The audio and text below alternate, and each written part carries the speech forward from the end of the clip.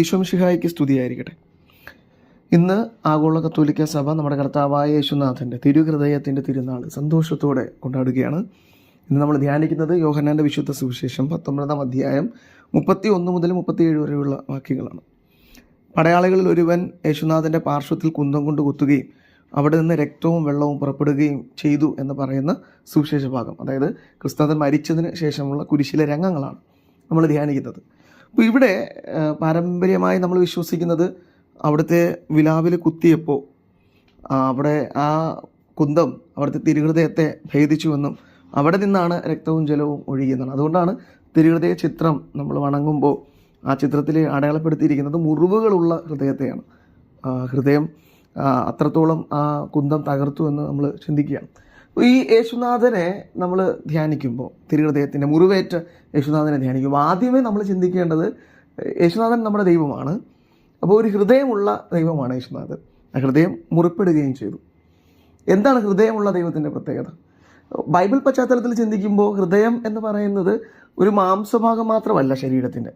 നമുക്കറിയാം ശരീരത്തിൻ്റെ ഏറ്റവും പ്രധാനപ്പെട്ട ഭാഗമാണ് ഈ ഹൃദയം, രക്തം പമ്പ് ചെയ്ത് ജീവൻ നിലനിർത്തുന്നത്. പക്ഷേ ബൈബിൾ അടിസ്ഥാനത്തിൽ അത് സ്നേഹത്തിൻ്റെയും ജീവൻ്റെയും ആകെത്തുകയാണ്. ഹൃദയം എന്ന് പറയുമ്പോൾ സ്നേഹം അവിടെ നിന്ന് പുറപ്പെടുന്നു എന്നാണ് വിശ്വാസം. അപ്പം അങ്ങനെയെങ്കിൽ ദൈവത്തിന് ഒരു ഹൃദയമുണ്ട്. നമ്മൾ ഇന്ന് ഒന്നാമത്തെ വായനയിലും അങ്ങനെ ഹൃദയമുള്ളൊരു ദൈവത്തെക്കുറിച്ച് ഹോസേ പ്രവാചകനൊക്കെ പറയുന്നത്, എനിക്ക് ഹൃദയമുണ്ട്, ആ ഹൃദയത്തിൽ നിങ്ങളോട് നിറച്ച സ്നേഹമാണ്, നിങ്ങളെ ശിക്ഷിക്കാനൊന്നുമല്ല, നിങ്ങളോട് കരുണ കാണിക്കാനും സ്നേഹിക്കാനും ഒക്കെ വെമ്പുന്ന മനുഷ്യനാണ് ഞാൻ എന്ന അർത്ഥത്തിൽ ദൈവം സംസാരിക്കുകയാണ്. ഒരു ഹൃദയമുള്ള മനുഷ്യനെ പോലെ, അപ്പനെ പോലെയൊക്കെ സംസാരിക്കുന്ന ദൈവം. അപ്പോൾ യേശുവിൽ നമ്മൾ മനസ്സിലാക്കേണ്ടത് അതാണ്. യേശുവിൻ്റെ ഹൃദയമുണ്ട്, സ്നേഹമാണ് ആ ഹൃദയം മുഴുവനും, എന്നെ സ്നേഹിക്കുകയാണ്. പക്ഷേ ഈ സ്നേഹിക്കാൻ ഒരു തരത്തിൽ ചിന്തിക്കുമ്പോൾ എളുപ്പമാണ്, എല്ലാവർക്കും സ്നേഹിക്കാൻ പറ്റും.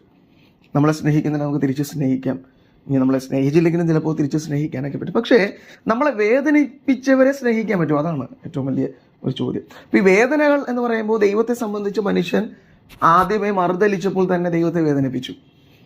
നമുക്കറിയാം, നമ്മൾ ഇഷ്ടപ്പെടുന്ന വ്യക്തികൾ അനുസരണക്കേട് കാണിക്കുമ്പോൾ അത് നമ്മളോടുള്ള സ്നേഹത്തിൻ്റെ കുറവായിട്ട് നമ്മൾ വ്യാഖ്യാനിക്കാറുണ്ട്. നിങ്ങൾ ദൈവസ്നേഹത്തിനെതിരെയുള്ള മറുതലിപ്പായിരുന്നു ആദ്യ മാതാപിതാക്കന്മാരുടെ പാപം. പക്ഷെ എന്നിട്ടും ദൈവം ഉടനെ പുത്രനെ വാഗ്ദാനം ചെയ്യുകയാണ് അവരെ രക്ഷിക്കാൻ. ഈ സ്നേഹം ഇങ്ങനെ കരുണയായി വന്നുകൊണ്ടിരിക്കുകയാണ് അവിടുത്തെ ഹൃദയത്തിൽ നിന്ന്. അപ്പോൾ വെറുക്കാനും നശിപ്പിക്കാനും ഉള്ള ഹൃദയമല്ലത്, സ്നേഹിക്കാനും പൊറുക്കാനും ഒക്കെയുള്ള ഹൃദയമാണ് ഉടനെ. അപ്പോൾ ഇത് ഉടനെ സംഭവിക്കുന്ന കാര്യമാണ്. പാപം ചെയ്യുന്നു, ഉടനെ ശിക്ഷ കൊടുത്തെങ്കിലും വാഗ്ദാനം വരുന്നുണ്ട്, രക്ഷയുടെ വാഗ്ദാനം. രക്ഷകനെ ആ സമയം തന്നെ ദൈവം വാഗ്ദാനം ചെയ്യുകയാണ്. അപ്പം മുറിവ് ഉണക്കുന്ന ദൈവമാണ്. മുറിവുണ്ടാകുന്നുണ്ട്, പാപം മൂലം മുറിവുണ്ടാകുന്നു, എന്നാൽ ഉടനെ മുറിവ് ഉണക്കാൻ ദൈവം തയ്യാറാക്കുകയാണ്. രക്ഷകനെ വാഗ്ദാനം ചെയ്ത് പാപത്തെ തോൽപ്പിച്ചു. സുവിശേഷത്തിൽ നമ്മൾ കാണുന്ന ക്രിസ്തുവിൻ്റെ സ്നേഹവും അതാണ്. അവൻ മുറിവുകൾ ഉണക്കുന്ന സ്നേഹമായിരുന്നു. ഇനി ഈ കുരിശിൻ്റെ താഴേക്ക് നമ്മൾ വരുമ്പോൾ നമുക്ക് കാണാൻ സാധിക്കുന്നത് മുറിവുണ്ടാകുന്നു, അതായത് മുറിപ്പെടുത്തിയവനെ ഉടനെ സ്നേഹിക്കുന്നു. സാധാരണ നമ്മളെ മുറിപ്പെടുത്തിയവരെ നമുക്ക് സ്നേഹിക്കാൻ ബുദ്ധിമുട്ടാണ്, കാരണം ക്ഷമിക്കണമല്ലോ. ഈ ക്ഷമ സാധ്യമാണ്, ക്ഷമയാണ് ഏറ്റവും വലിയ പ്രശ്നം. നമുക്ക് ക്ഷമിക്കാൻ സാധിക്കാത്തത് കൊണ്ട് സ്നേഹിക്കാനും സാധിക്കുന്നില്ല. എന്നാൽ യേശുനാഥനെ സംബന്ധിച്ച് അവന് ആ ആദ്യ മാതാപിതാക്കന്മാരോട് ദൈവം കാണിച്ച അതേ സ്നേഹം ക്രിസ്തുവിൽ നമുക്ക് പെട്ടെന്ന് കാണാൻ സാധിക്കും. അവൻ്റെ ഹൃദയത്തെ കുത്തി മുറിവേൽപ്പിക്കണം, അവൻ്റെ മരണം ഉറപ്പാക്കാനാണ് ഈ മുറിവേൽപ്പിച്ച് നോക്കുന്നത്. അപ്പോൾ ഇവനെ കൊല്ലാൻ തീരുമാനിച്ചവർ അവനെ ഇതോടുകൂടി നശിപ്പിക്കുക. അവൻ്റെ സ്നേഹം, അവൻ ലോകത്തിലേക്ക് ചുരിഞ്ഞ നന്മകൾ, അതെല്ലാം അവസാനിപ്പിക്കാൻ വേണ്ടിയാണ് അവനെ കുരിശിലേറ്റിയത്. ഇനി അങ്ങനെ കുരിശിലേറ്റിയത് പൂർത്തീകരിക്കാൻ, അവൻ മരിച്ചു എന്ന് ഉറപ്പിക്കാൻ വേണ്ടി അവൻ്റെ ഹൃദയത്തിലേക്ക് കുത്തുകയാണ് അവന്. പക്ഷെ അവിടെ നിന്ന് വെള്ളവും രക്തവും ഒഴുകി എന്ന് പറഞ്ഞാൽ അവൻ്റെ സ്നേഹത്തിൻ്റെ ആ നീരുറവയുടെ ഒഴുക്ക് ഇതുവരെ നിന്നില്ല. അവനെ കൊല്ലാൻ അവർക്ക് കഴിഞ്ഞെങ്കിലും ആ നീരുറവയുടെ ഒഴുക്കിനെ തടയാൻ അവർക്ക് കഴിഞ്ഞില്ല. അവൻ സ്നേഹിച്ചുകൊണ്ടേയിരുന്നു. ആ സ്നേഹത്തെക്കുറിച്ചൊരു പാരമ്പര്യ കഥയുമുണ്ട്. ക്രിസ്തുവിനെ കുത്തി മുറിവേൽപ്പിച്ച പടയാളി ലോഗിനോസ് എന്ന് പറയുന്ന പടയാളി ഒരു ഒറ്റക്കണ്ണനായിരുന്നുവെന്നും, അല്ല അവൻ്റെ കാഴ്ചയ്ക്കൊരു മങ്ങലുണ്ടായിരുന്നുവെന്നും, അവനെ കുത്തി മുറിവേൽപ്പിച്ചപ്പോൾ, ക്രിസ്തുവിനെ കുത്തി മുറിവേൽപ്പിച്ചപ്പോൾ തന്നെ അതിൽ നിന്നൊഴുകിയ രക്തവും വെള്ളവും ഇവൻ്റെ കണ്ണുകളിലേക്ക് വീണ് അവന് കാഴ്ച വീണ്ടും കിട്ടിയെന്നുമാണ്. ഇവിടെ ആലോചിക്കണം, ക്രിസ്തുവിനെ കുത്തുന്നു, ഉടനെ രക്തവും വെള്ളവും വരുന്നു. കുത്തിയവനെ നശിപ്പിക്കാനല്ല, അവൻ്റെ കണ്ണിന് കാഴ്ച കൊടുക്കുകയാണ്. കുത്തിയവനെ ഉടനെ ക്ഷമിക്കുകയും അവൻ ഉടനെ അനുഗ്രഹം കിട്ടുകയും ചെയ്യുന്നു. വളരെ പെട്ടെന്ന് നടക്കുന്ന ദൈവസ്നേഹത്തിൽ അവന് വിദ്വേഷമോ വെറുപ്പോ ഉള്ളിൽ വെച്ചിരിക്കാൻ കഴിയുന്നില്ല. ഉടനെ ക്ഷമിക്കുകയും സ്നേഹിക്കുകയും ചെയ്യുന്ന ദൈവത്തിൻ്റെ വലിയ ഹൃദയം. അതാണ് ഈ ഹൃദയത്തിൻ്റെ ഏറ്റവും വലിയ അവസ്ഥ. നമുക്കും തിരുഹൃദയത്തിലെ മുറിവും രക്തത്തുള്ളിയും കാണുമ്പോൾ ഓർക്കുക, ഞാൻ ചെയ്ത പാപമാണ് ആ മുറിവ്. പക്ഷേ ആ പാപത്തെ പൊറുക്കുകയും സ്നേഹിക്കുകയും ചെയ്യുന്നതിന് അടയാളമാണ് അതിൽ നിന്നൊഴുകുന്ന രക്തത്തുള്ളികൾ. എൻ്റെ സ്നേഹത്തോട്, എന്നോടുള്ള ദൈവസ്നേഹത്തിൻ്റെ അടയാളമാണ് മുറിവേറ്റ ക്രിസ്തുവിൻ്റെ തിരുഹൃദയം. അവൻ എന്നെ ക്ഷമിക്കുകയും എന്നോട് സ്നേഹിക്കുകയും ചെയ്യുന്നു. ആ രക്തത്തുള്ളി അതിൻ്റെ സൂചനയാണ്. അപ്പോൾ ഈ തിരുഹൃദയം എൻ്റെ ജീവിതത്തെയും ബലപ്പെടുത്തുകയും ശക്തിപ്പെടുത്തുകയും ചെയ്യുന്നത് ഞാൻ നിന്നോട് ക്ഷമിച്ചു, സ്നേഹിച്ചു എന്ന് പറഞ്ഞുകൊണ്ടാണ്. സ്നേഹത്തിൻ്റെ ഉറവിടമായി തിരുഹൃദയം അങ്ങനെ മാറുകയാണ്. അപ്പോൾ ഇതേ തിരുഹൃദയം ഭക്ഷിക്കുന്നവരാണ് നാം. എന്താണ് ഈ തിരുനാൾ എന്നോട് പഠിപ്പിക്കുന്നത്?